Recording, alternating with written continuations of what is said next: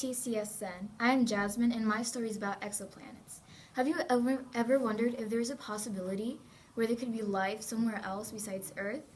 Scientists discovered that exoplanets could be habitable.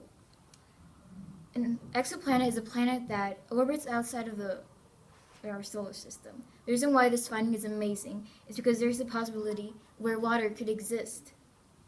And finally, these planets could have carbon, oxygen, and nitrogen. Scientists also think there are many more places where life could be sustained. This story is out of the world. Well, it seems that Trump believes that our $1 trillion nuclear program is not enough. President Trump said Thursday he wants to build up the U.S. nuclear arsenal so it is the top of the pack. I am the first one that would like to see nobody with nukes. But we're never going to fall behind any country, even if it's a friendly country. We're never going to fall behind on nuclear power, Trump said in an interview on Thursday. It would be wonderful, a dream where no country would have nukes. But if countries are going to have nukes, we're going to be at the top of the pack. Trump also claimed that the U.S. has fallen behind on nuclear weapon capacity, according to interviewers. Trump previously called in a December tweet for the U.S. to greatly strengthen and expand its nuclear capability until such time as the world comes to its senses regarding nukes.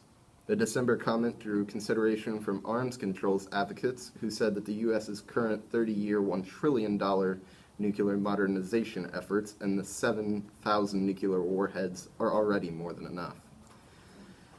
Some agree with him. We shouldn't let other countries get ahead of us in terms of nuclear warfare, but some also disagree, saying that 7,000 nuclear warheads we already have are quite enough, considering one or two could end a small country.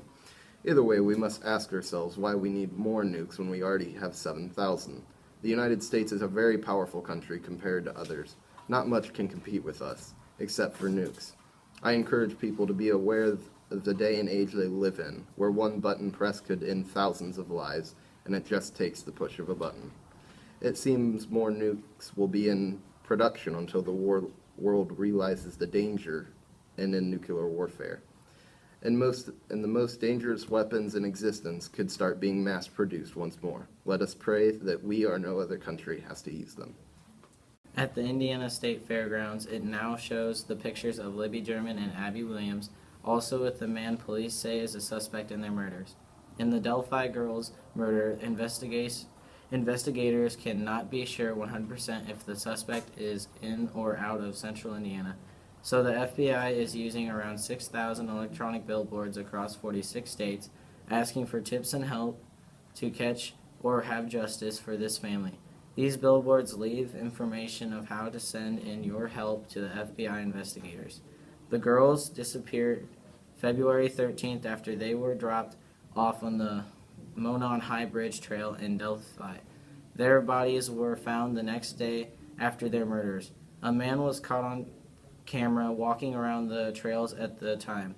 The police thought he may be helpful for the case, but now he is a main suspect in the murder.